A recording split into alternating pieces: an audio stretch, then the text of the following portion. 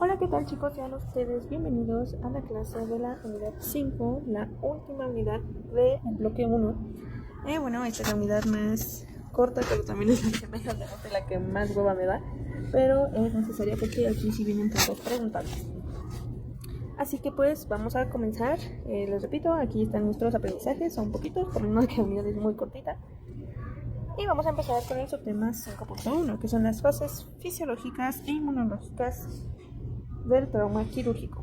Lo que nos lleva a la siguiente pregunta: ¿qué me puede desencadenar una respuesta al trauma? Pues estímulos. Vamos a tener estímulos locales y estímulos sistémicos. Vamos a empezar con los locales. El primero es la lesión, y este va a ser un daño que ocurre al cuerpo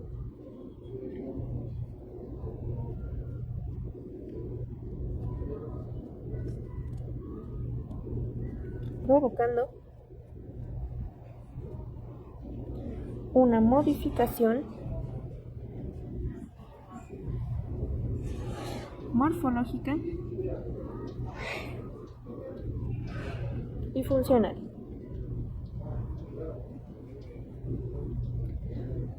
Brevemente la fisiología, pues esto va a ser que voy a tener dolor.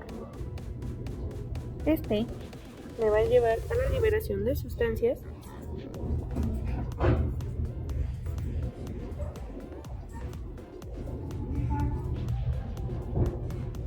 que interactúan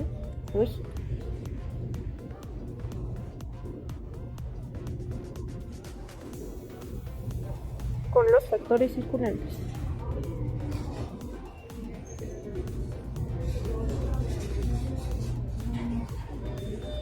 Ok, ahora vamos con la hemorragia. Esto, como ya más o menos lo tocamos en la unidad 4, va a ser la rotura de mis vasos sanguíneos.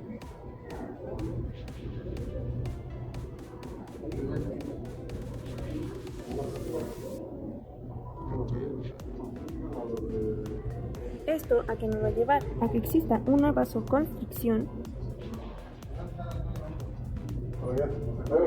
local de efecto casi inmediato.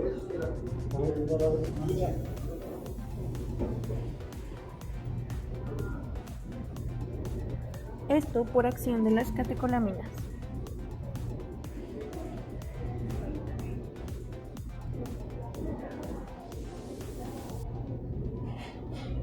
De la bradicinina,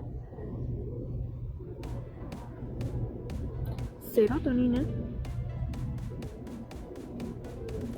e histamina. Y estos van a ser procedentes de los mastocitos.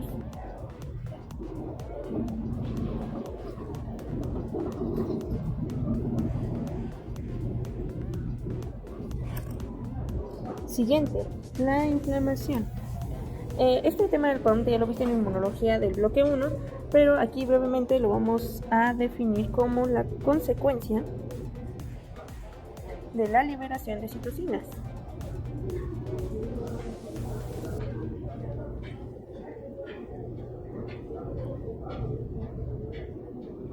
Metabolitos del ácido araquidónico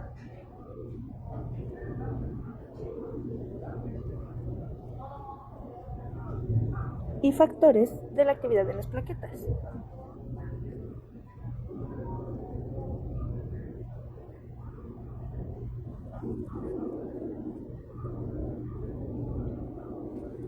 Esto también nos va a activar la cascada de coagulación.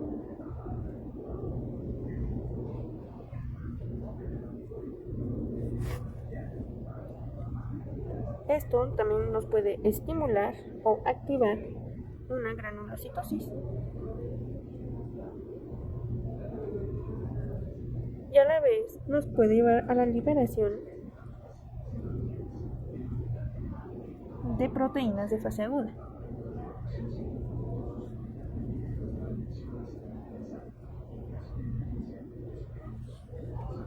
Y finalmente tenemos a las plaquetas como estímulo local. Y aquí, pues finalmente lo que van a hacer es formar un coágulo.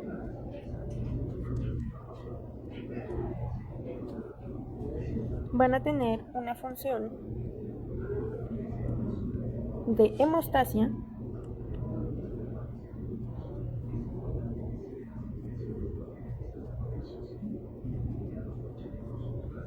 y de andamiaje.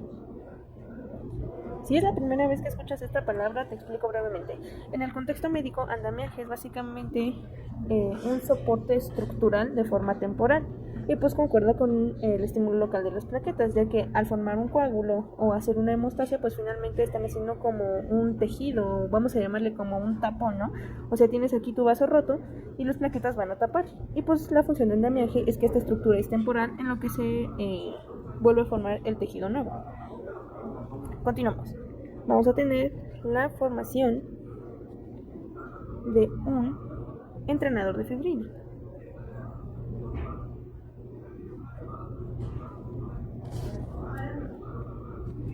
Que coadyuva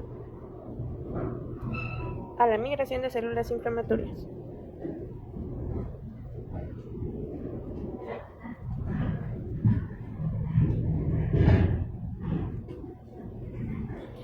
Y al depósito de más fibrina.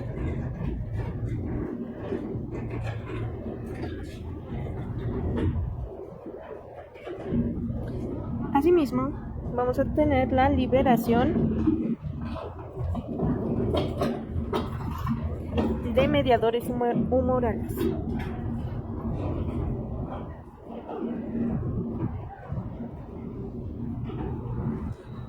¿Ok? No es tan necesario que te aprendas toda esta parte de aquí. Basta con que te aprendas que mis estímulos locales que me pueden desencadenar una respuesta al trauma van a ser lesión, hemorragia, inflamación y plaquetas. 4. Se chingó. Ahora vamos con los estímulos sistémicos. Aquí va a estar un poquito más fácil porque pues nada más son los títulos. Ok. El primero puede ser el temor o ansiedad. El segundo, estados de hipoxemia.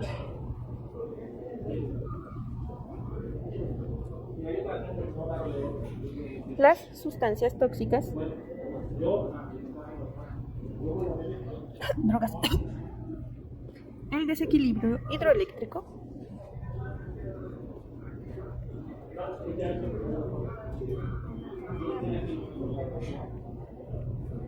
Un traumatismo cráneoencefálico. El ayuno, obviamente muy prolongado, ¿verdad? Los efectos anestésicos.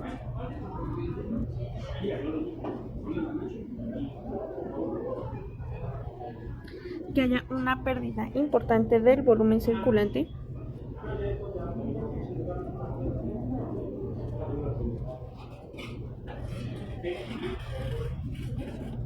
Que haya un desequilibrio metabólico.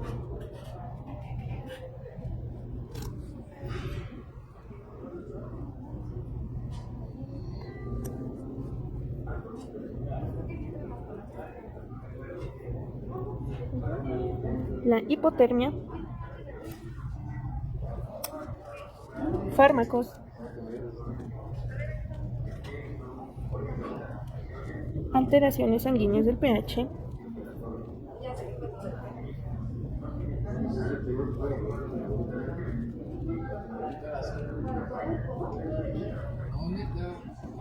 Y fracturas o traumatismos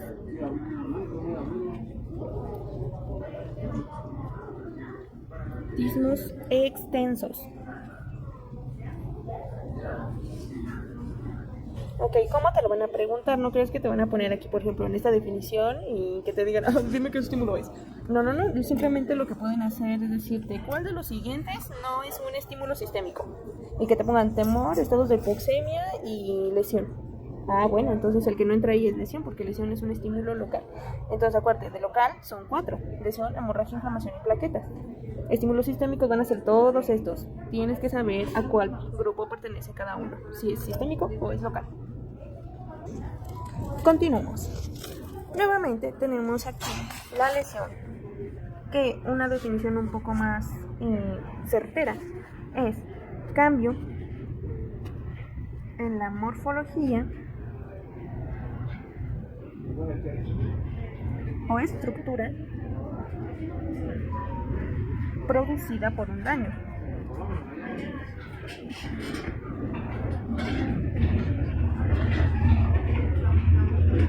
No, ma, ¿por qué lo volviste a repetir aquí? Porque dependiendo de cómo sea esta lesión, va a ser el nivel de agresividad que va a tener la respuesta en mi cuerpo. Y podemos tener una respuesta local o una síndrome de respuesta inflamatoria sistémica. Vamos a empezar por la respuesta local. Estas van a ser manifestaciones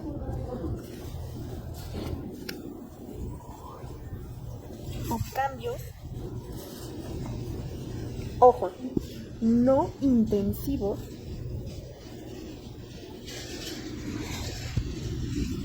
que afectan únicamente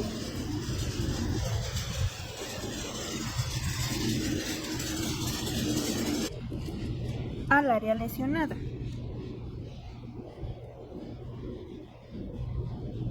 Estas van a ser mis palabras clave, que son no intensivos y únicamente área lesionada. Es decir, donde está mi lesión, solo ahí se genera una respuesta local. ¿Va? Ahora, síndrome de respuesta inflamatoria sistémica. Ojo aquí. Este va a ser manifestaciones y cambios intensivos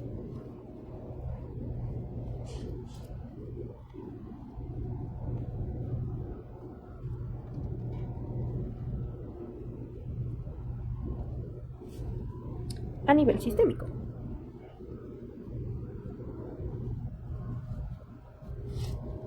Esta es mi palabra clave.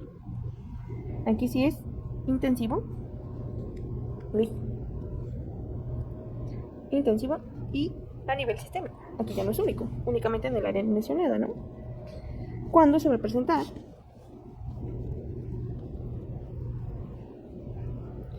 Cuando la magnitud de la lesión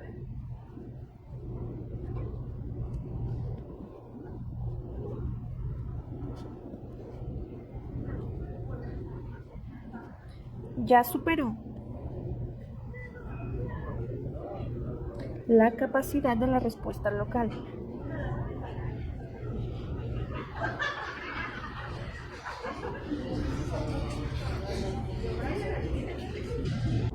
Y a todo esto, ¿cómo sé si mi paciente tiene síndrome de respuesta inflamatoria sistémica? Bueno, pues Diosito bajó y nos dio los siguientes criterios. ¿Estos te los vas a aprender? No, amigo, te los vas a tatuar porque van a ser pregunta de examen. Primera, mi temperatura mayor a 38 grados centígrados o menor a 36 grados centígrados. Mi frecuencia cardíaca mayor a 90 latidos por minuto, que tenga una frecuencia respiratoria mayor a 20 o una presión parcial de dióxido de carbono menor a 32 milímetros de mercurio, o que mis leucocitos tengan más de 12.000 milímetros cúbicos o más del 10% de las formas inmaduras. ¿Cómo te lo van a preguntar? Te van a poner un caso clínico en el que te van a decir, no sé, que un paciente fue sometido a tal cirugía y se complicó y salió volando y shalala, y te van a decir, tienes los siguientes datos. Tú vas a poner atención a su temperatura, su frecuencia cardíaca, frecuencia respiratoria y leucocitos, porque en las opciones te van a poner. La pregunta va a ser, ¿qué tiene el paciente? ¿Lesión? ¿Respuesta local? ¿O síndrome de respuesta inflamatoria sistémica?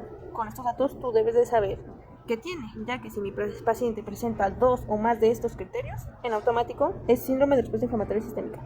Así que apréndetelo muy bien porque va a venir en el examen, te lo firmo.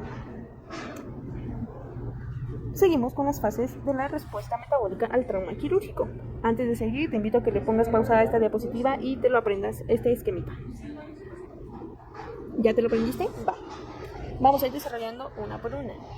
La primera fase es la fase EPS o hipodinámica. Y esta va a corresponder a esta parte de la gráfica. ¿Ok?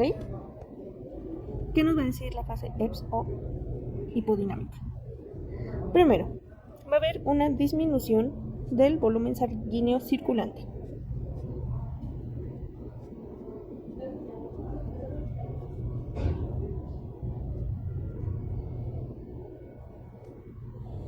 Esta fase va a ser una consecuencia inmediata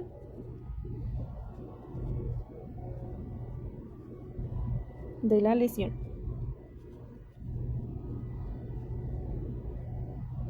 El resultado será por pérdida de fluidos corporales.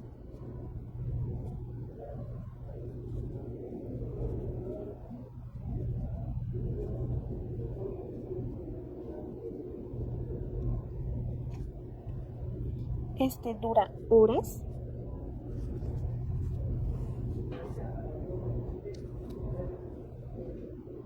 Va a haber una gran inestabilidad cardiovascular.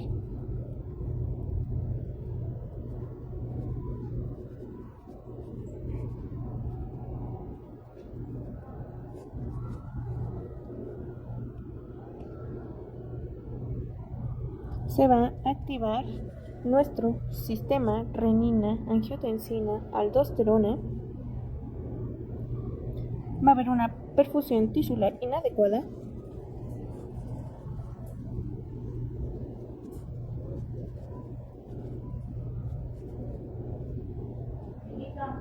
Va a haber hipercapnia.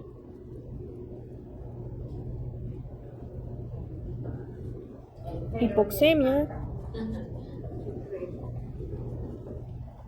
Y pues va a activar o estimular los quimiorreceptores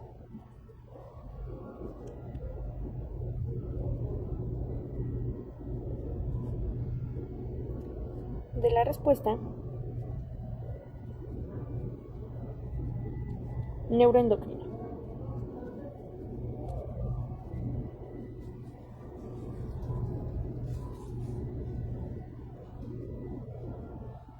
Ok, Norma, ¿cómo me lo van a preguntar? ¿Como fase de EPS o fase hipodinámica?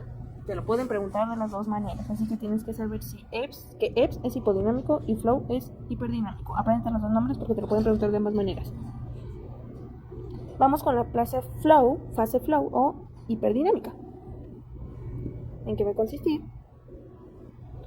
Primero, inicia de 2 a 5 días después de la lesión. Acuérdate que la fase de arriba duraba horas. Va a haber un estado catabólico acentuado.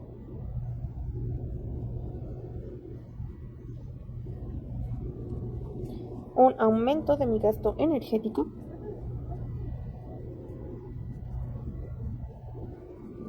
Hay fuentes que te dicen que de 1.5 a 2 veces el basal. Pero bueno, esto no te lo van a preguntar. Va a haber un aumento en el consumo de oxígeno.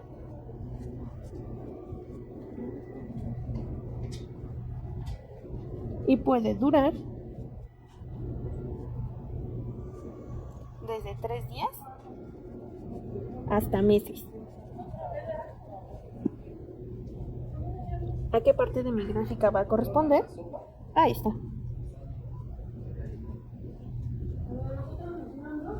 ¿Vale? ¿Cómo te lo van a preguntar? Te van a poner una serie de características y te van a decir en qué fase de respuesta al trauma quirúrgico es. Te van a poner flow hiperdinámica, EPS o hipodinámica, o incluso, en el peor de los casos, te pueden poner la imagen, pero hagas de cuenta que van a tapar estos datos, ¿no? Nada más te van a poner así la curvita y te van a poner un círculo que te digan qué fase es. Y ya. Y que en las opciones pues venga EPS, flow, hiperdinámico, hipodinámico. Así que características, gráficas y los nombres de ambas formas, apréndetela. Vamos con la fase anabólica. Aquí que va a haber un balance de nitrógeno positivo,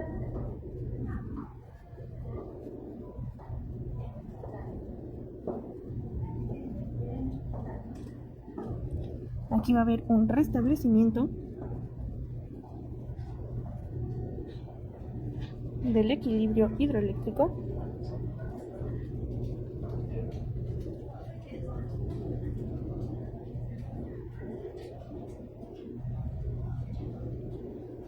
inicia aproximadamente una semana después de la lesión.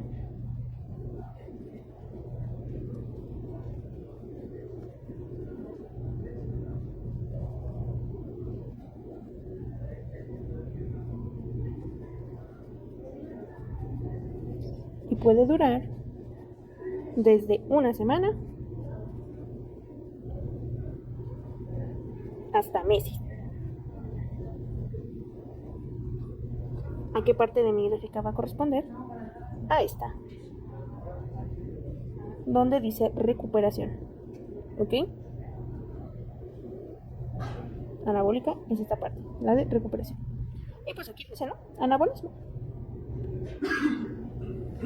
Fase de convalescencia. Este está muy fácil.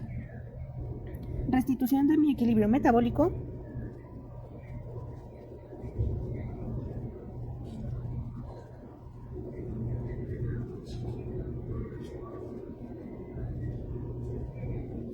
Y recuperación de reservas.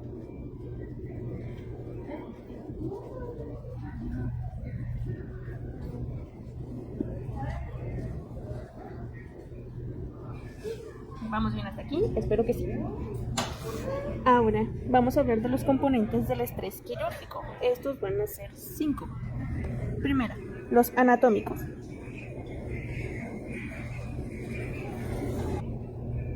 Segunda, inmunológicos.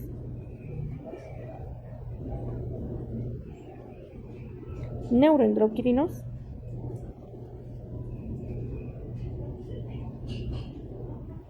Metabólicos. Y agua y macronutrientes.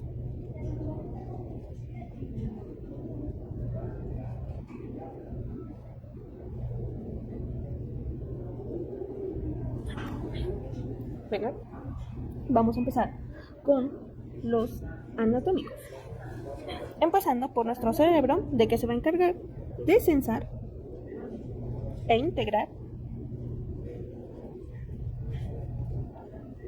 los estímulos para desencadenar una respuesta.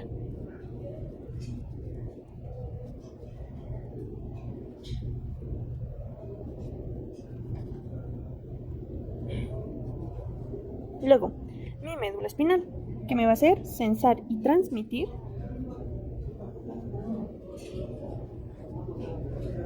los estímulos de forma aferente.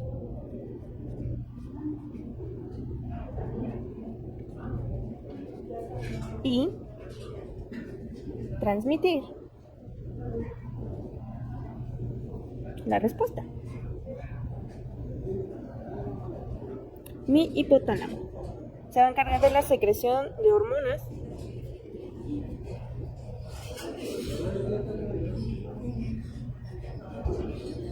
liberadoras y reguladoras.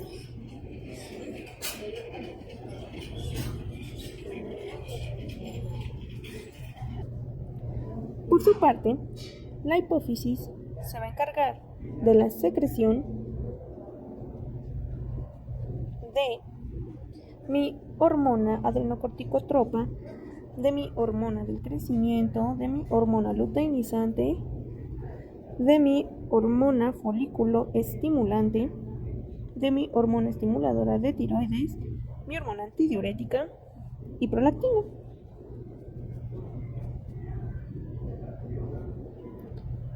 La tiroides, ¿de qué se va a encargar? Secreción de T3 y T4.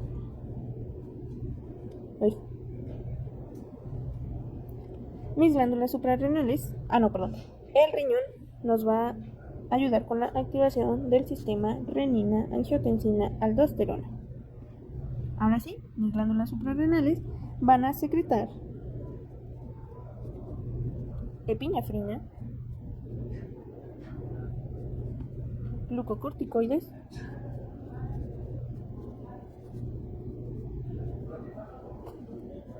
y mineralocorticoides.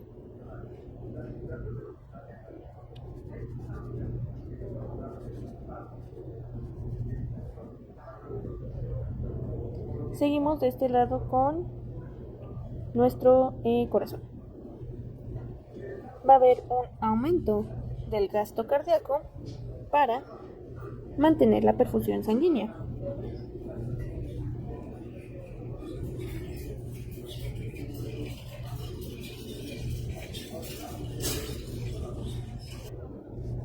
Por su parte, el hígado nos va a ayudar en el proceso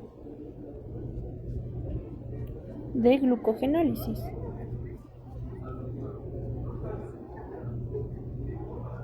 y gluconeogénesis.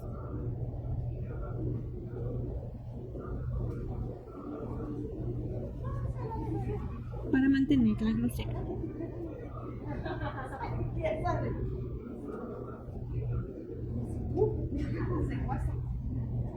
Por su parte, el páncreas va a llevar a cabo la secreción de insulina,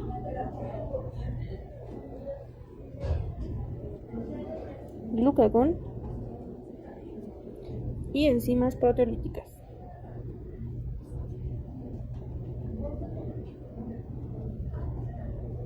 Mis vasos sanguíneos, sigue el músculo, va a ser la transferencia de aminoácidos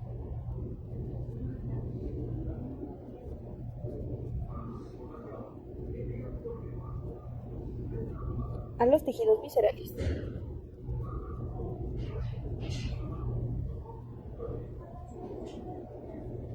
Ahora sí, mis vasos sanguíneos van a realizar vasoconstricción, control de la hemorragia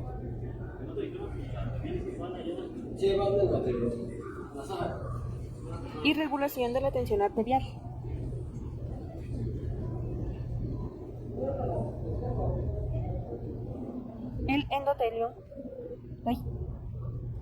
El endotelio nos va a ayudar con la activación de la respuesta inmunológica y facilitación de la migración celular. Por último, pero no menos importante, tenemos al tejido adiposo, el cual nos va a ayudar para reservar energía. Y como fuente de sustrato.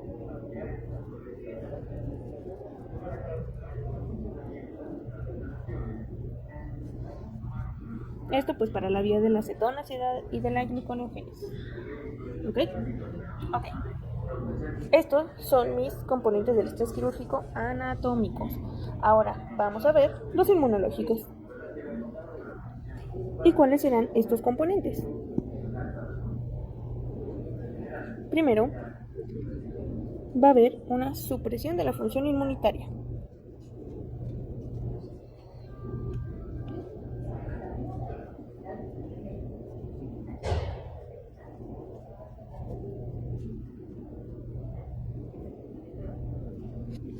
Esto porque recuerden que finalmente nuestra piel pues viene siendo como una barrera y pues nosotros al romperlo con una lesión lo que hacemos es desencadenar una respuesta metabólica al trauma. Nos predispone a complicaciones infecciosas.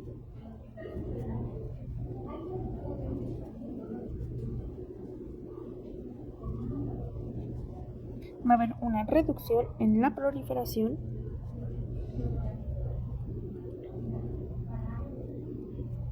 de linfocitos T. Vamos a tener nuestra producción de citocinas. Aquí van a entrar varias.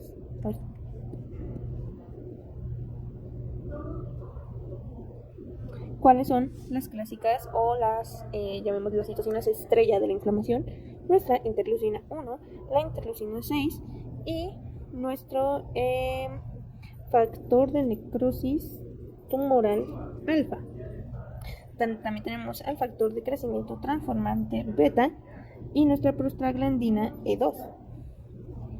Y aquí también es importante incluir las especies reactivas de oxígeno.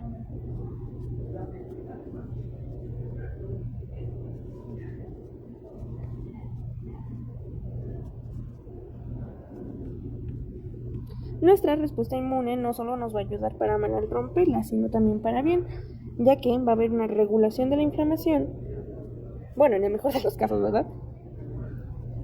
De la inflamación y cicatrización.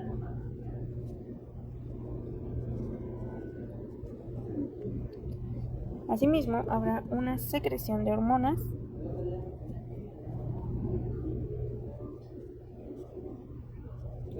catabólicas. ¿Cómo cuáles? Las catecolaminas, glucocorticoides,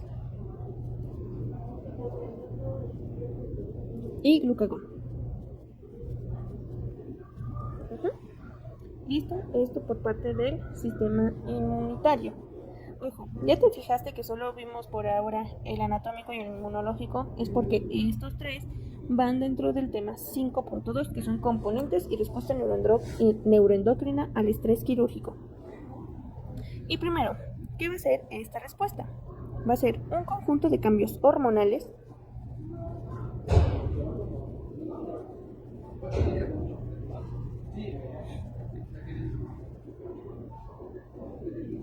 neurológicos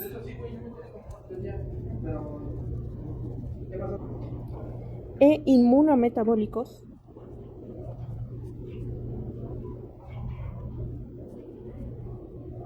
que el organismo activa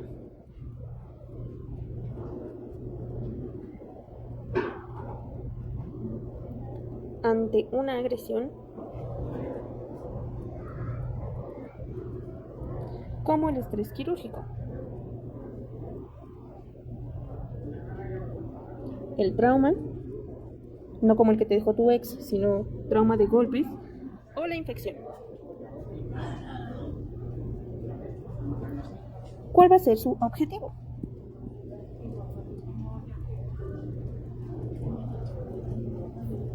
Va a ser mantener la homeostasis,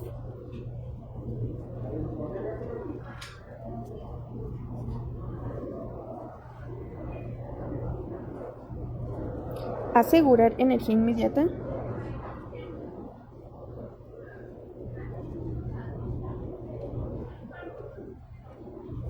y favorecer la supervivencia.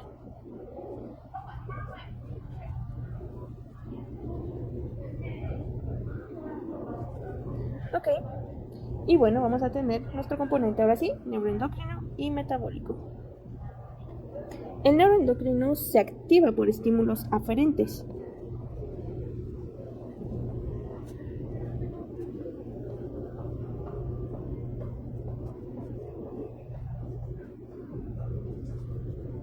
Desde el sitio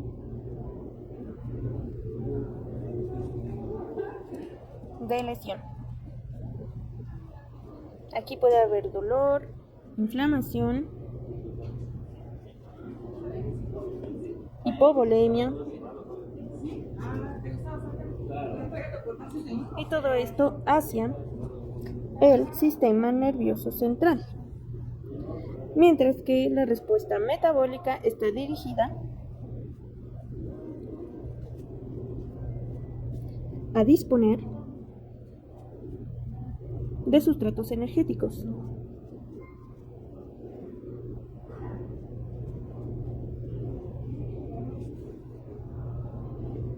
Rápidos,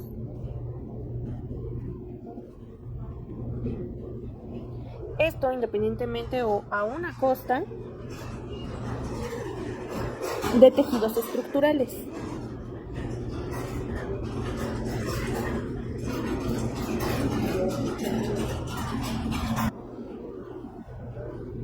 Y bueno, puede utilizar carbohidratos,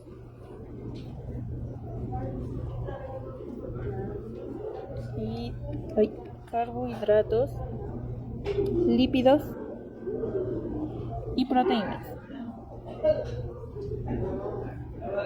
¿Ok? Esos van a ser nuestros componentes neuroendocrinos y metabólicos.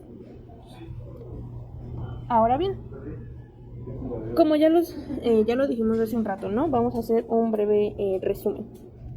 Primera, ¿cuáles van a ser mis componentes?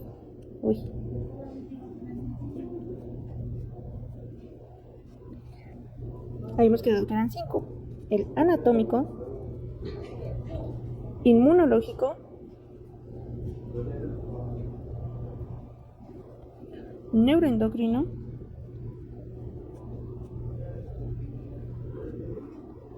metabólico y agua y macronutrientes.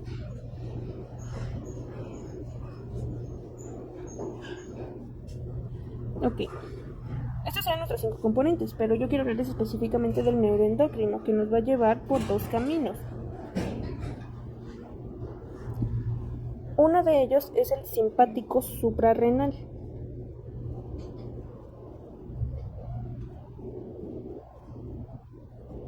Y el segundo es el hipotálamo, hipófisis suprarrenal.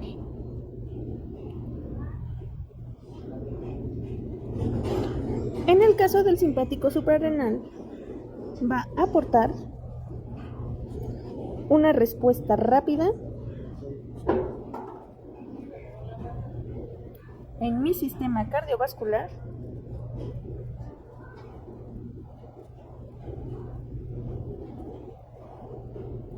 respiratorio y metabólico.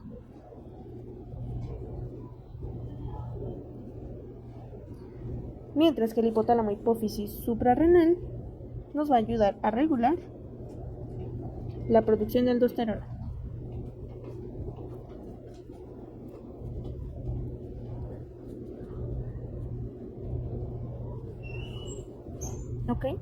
Ok. Ahora vámonos a ver nuestro mapa conceptual. Ya estamos aquí con nuestro mapa, que mira qué bonito nuestro mapa. Este no se los puse en las notas por dos razones. La primera es que no se ve borroso. Y la segunda, porque aquí no me sirve que escribas. Necesito que ahora sí te sientes y pongas toda tu atención ahorita en el mapa. Y ya después, si quieres, te regresas al video y haces tus notas, ¿va? Pero ahorita, total, tus ojos en la pantalla. Por otro lado, he de comentarles que este mapa yo lo diseñé. Ojo que estoy diciendo que lo diseñé, más no que lo creé. El departamento tiene igual un mapa conceptual sobre la respuesta metabólica al trauma químico, pero la verdad es que yo no lo entiendo, no puedo más. Así que pues yo diseñé este que abarca los mismos puntos que toca ese mapa del departamento. Independientemente de cómo se vea cada uno, ustedes usen el que más les sirva o el que más se les acomode, ¿va? Ok, vamos a empezar con nuestro primer mapita que hicimos hace un momento, que era por ver los componentes de la respuesta metabólica al trauma quirúrgico. Y vimos que eran 5: anatómico, inmunológico, neuroendocrino, metabólico y el agua y los macronutrientes. El neuroendocrino, como les dije, va a tener dos caminos: el simpático suprarrenal y el hipotálamo hipófisis suprarrenal. Chécate que aquí te estoy poniendo un código de colores. Todo lo neuroendocrino va de amarillo, que son los puntos que vamos a ver acá, y todo lo metabólico está de color verde. ¿Ya viste? Ok. Vámonos por el inicio. Como ya sabemos, para que se desencadene la respuesta metabólica al trauma quirúrgico, vamos a tener un estímulo. Este puede ser local o sistémico. Tú ya sabes cuáles pertenecen a cada categoría. Este nos va a activar al sistema nervioso, el cual va a tener origen en el hipotálamo y los núcleos supratalámicos, al menos esta parte que vamos a tocar en este tema, ¿no? Y bueno, se van a integrar en la región dorsal de la protuberancia. Aquí es donde se van a integrar los impulsos de la respuesta en la hipófisis. Hace rato que te dije que la hipófisis tiene su lóbulo anterior y su lóbulo posterior. Bueno, esto no te lo dije, pero sí te dije que produce pues mi hormona adrenocorticotropa, mi hormona del crecimiento, mi hormona estimulante de tiroides, mi hormona luteinizante y mi prolactina. Mientras que el lóbulo posterior me va a producir mi ADH, hormona antidiurética o vasopresina. En el siguiente punto, el sistema nervioso va a estimular a la parte simpática, la cual a su vez nos va a estimular al riñón para activar nuestro sistema renina-angiotensina-aldosterona. ¿Cuáles son los componentes? Pues la renina, angiotensina y aldosterona. Vamos a empezar por la angiotensina, la cual nos va a provocar vasoconstricción. ¿Por qué empecé en medio? Porque mi renina me va a convertir el angiotensinógeno en angiotensina 1. Por medio de la enzima convertidora de angiotensina va a pasar a angiotensina 2. Y esta también nos va a provocar vasoconstricción. ¿Ok? Y la aldosterona ayuda a retener agua y sodio. Acuérdate, todo esto que está en amarillo pertenece a la parte neuroendocrina. ¿Ok? Ok. Ahora, pasamos con una parte muy importante antes de pasar a la parte metabólica, que es el cortisol. Esta también va a ser conocida como la hormona del estrés y que nos va a estimular la gluconeogénesis, proteólisis que hay efectos antiinflamatorios, el sistema de alanina, resistencia a la insulina y la sensibilización de tejido adiposo a hormonas lipolíticas.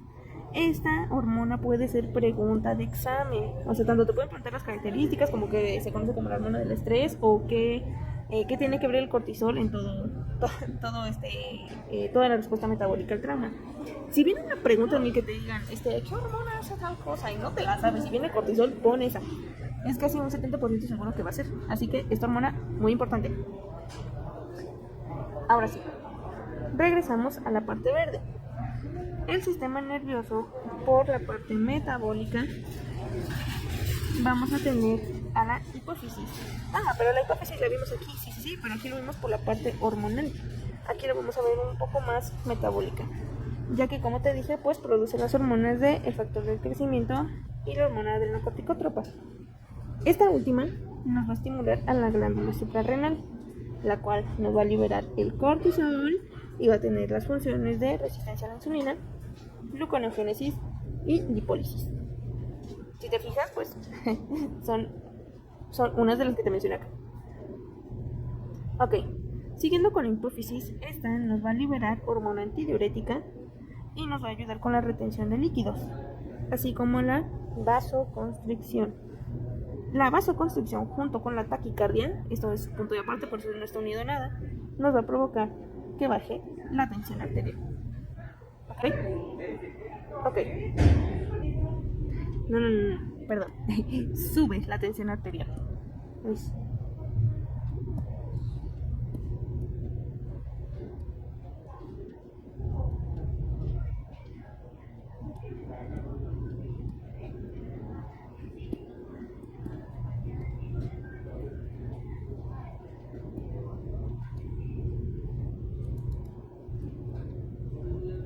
Sube la tensión arterial. Ahora sí, está corregido. Continuando con esta parte de que el cortisol provoca resistencia a la insulina, gluconeogénesis y lipólisis, nos va a llevar a tener un problema muy grave, y es el principal problema de la respuesta metabólica al trauma, que es una hiperglicemia. Si en el examen te pregunta cuál es el principal problema, tú di hiperglicemia. ¿Ok? Por su parte, la lipólisis viene siendo una fuente de energía, y esta pues finalmente ayuda a formar cuerpos cetónicos que pueden ser neurotóxicos. ¿Ok? Otro punto de la parte metabólica son las catecolaminas, las cuales nos van a promover la glucogenólisis y la movilización de ácidos grasos. Estos, a su vez, también nos van a generar una lipólisis, que bueno, aquí ya también vimos que tiene que ver la lipólisis, y las catecolaminas también nos van a generar aquí vasoconstricción, que como ya vimos, junto con la taquicardia, nos va a subir la tensión arterial. Finalmente, pero no menos importante, nuestra interleucina 6 nos va a ayudar a la síntesis de proteínas de fase aguda. Si te fijas, estamos recuperando varios puntos de los que ya vimos en los 9 minutos. Por último, pero no menos importante, tenemos la parte de los órganos.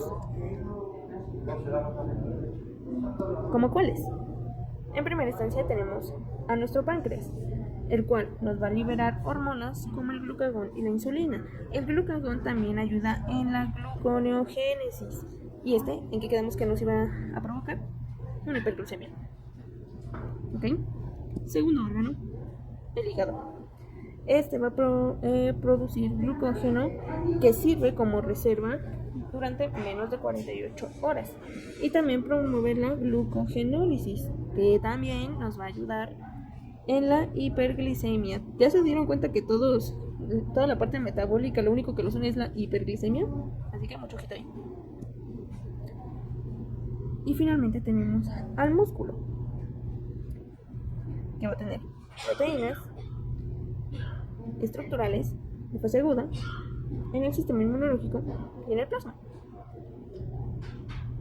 ¿Lo ves? Así que finalmente todo se integra. Te repito, este mapa yo lo rediseñé. Si a ti te queda más cómodo el del departamento, adelante. El chiste es que tú lo entiendas. Una vez aclarado todo esto, regresemos a la presentación.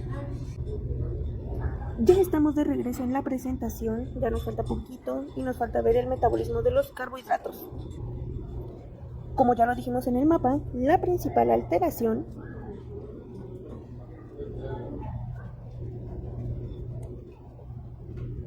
metabólica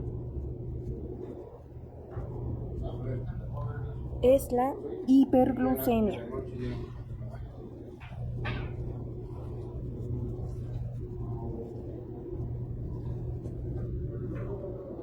Dicha hiperglucemia es causada por catecolaminas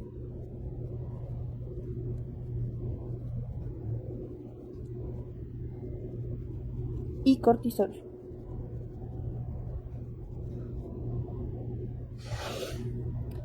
Estas dos me van a estimular la glucogenólisis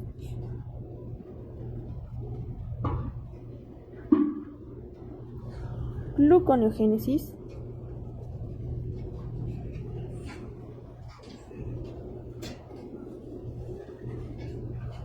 y resistencia a la insulina.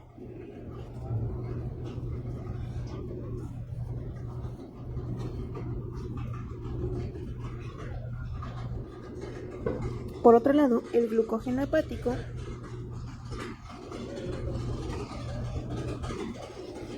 constituye una reserva limitada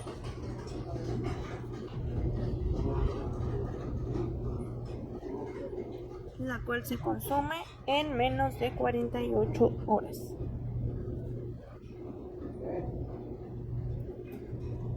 Si no se da un aporte adecuado de carbohidratos,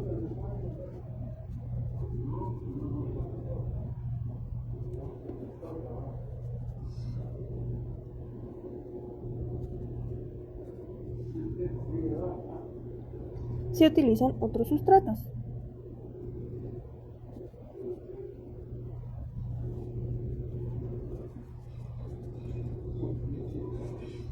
Como cuáles, lípidos y proteínas.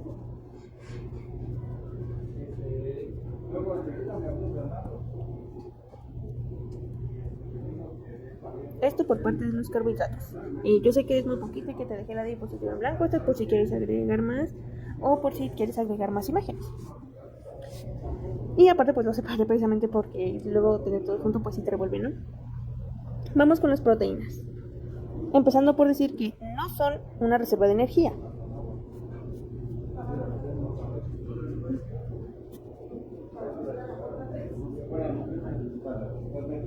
Ok, no lo son.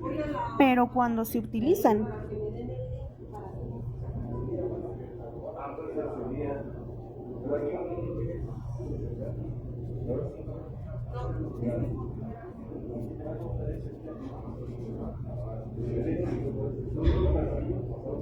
se provoca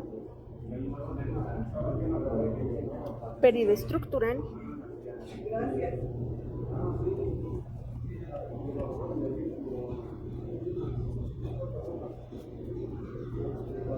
y funcional.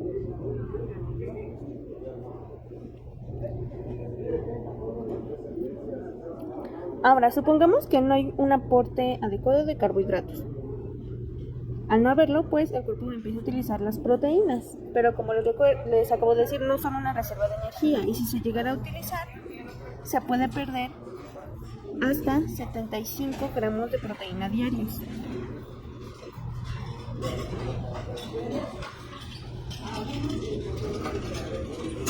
Estas proteínas del 30 al 50% están en masa muscular.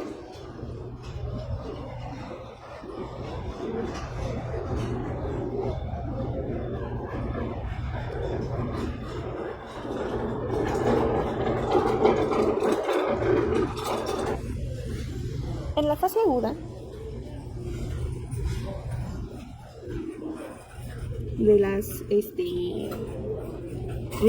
en la fase aguda hay transferencia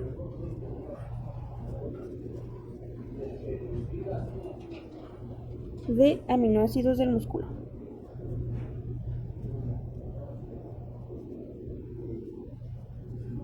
Específicamente músculo esquelético. esquelético a los tejidos viscerales.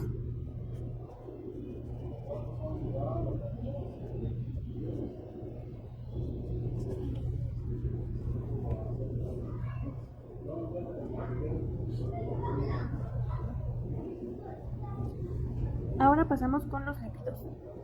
Estos sí son reserva de energía.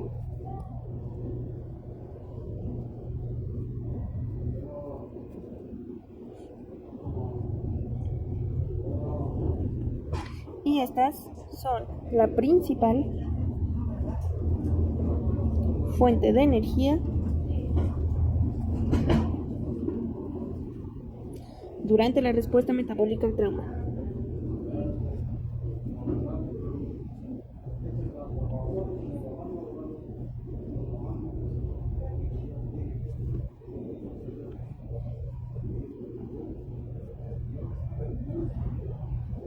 Los depósitos de grasa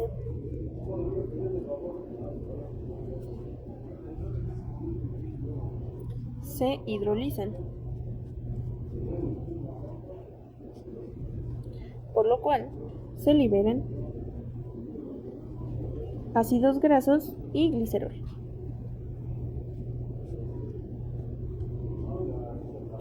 Aproximadamente el 70% de los ácidos grasos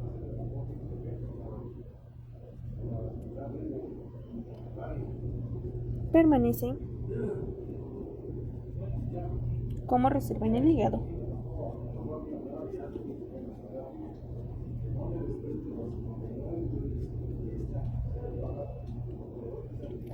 Promueve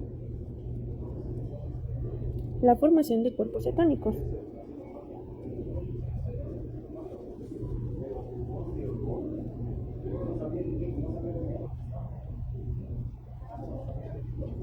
Utilizados en cerebro,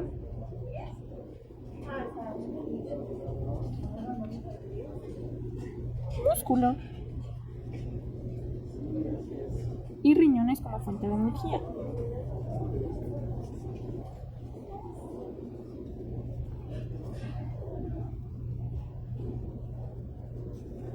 Cabe destacar que los cuerpos cetónicos son tóxicos.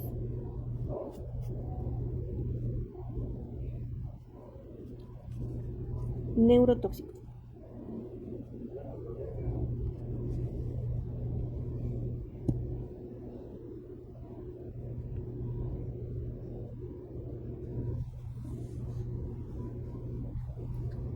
Vamos a ver ahora, como nos lo pedía el temario hace un momento, el metabolismo de agua y macronutrientes, o la alteración del metabolismo del agua y los macronutrientes. Okay. Aquí va a haber retención de agua,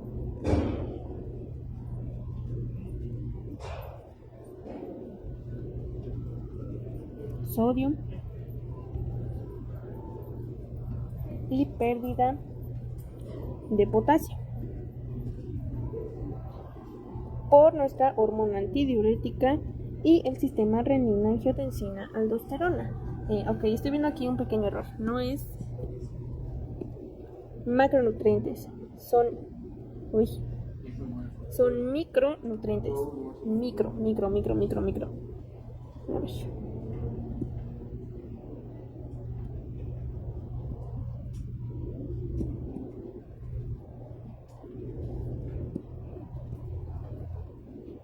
Micronutrientes. Continuamos. Las reservas de vitaminas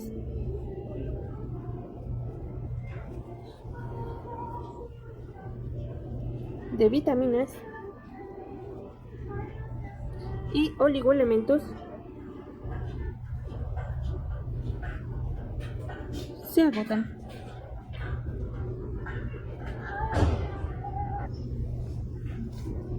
Asimismo, los requerimientos son mayores.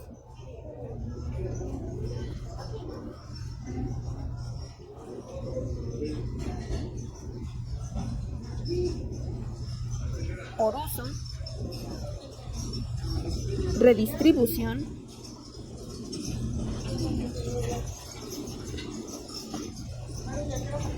pérdida urinaria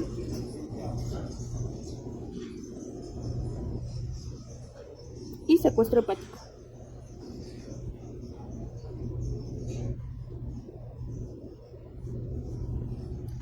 Todo lo anterior nos va a provocar una disminución de la función del sistema inmunológico,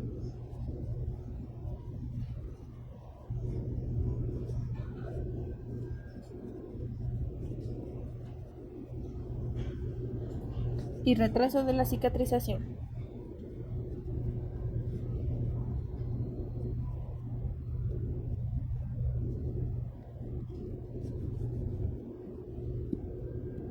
¿Ok?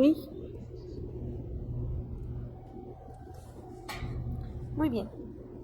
Ahora, ya vimos la alteración del metabolismo de varias fuentes de energía, pero ahora tenemos que hablar sobre qué pasa si el paciente tiene nutrición o desnutrición. Con la primera, existe un uso de lípidos para satisfacer la demanda energética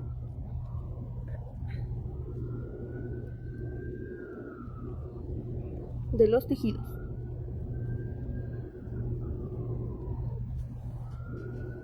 Va a haber producción de citocinas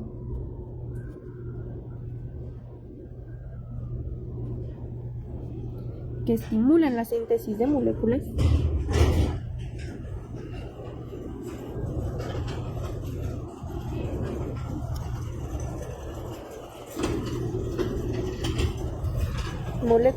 oxidantes importantes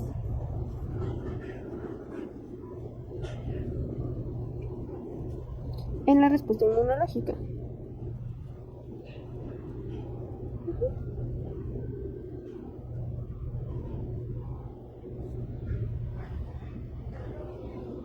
Y va a haber un mantenimiento de la masa proteínica funcional, justamente porque no estamos usando las proteínas, estamos usando los lípidos. Ahora, en cuanto a la desnutrición, que, ojo, desnutrición no quiere decir que no coma y que esté flaquito. Desnutrición es que no está recibiendo las suficientes calorías o la cantidad de calorías dependiendo de sus necesidades. Es decir, que estos dos pacientes, este que es gordo y este que está flaquito, ambos están desnutridos. Independientemente de cuál sea el caso, me va a aumentar mi riesgo de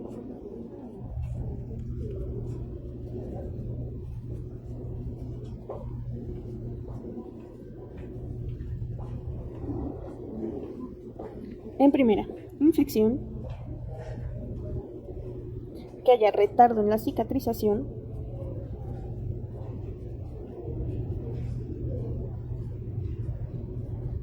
prolongación de la estancia hospitalaria,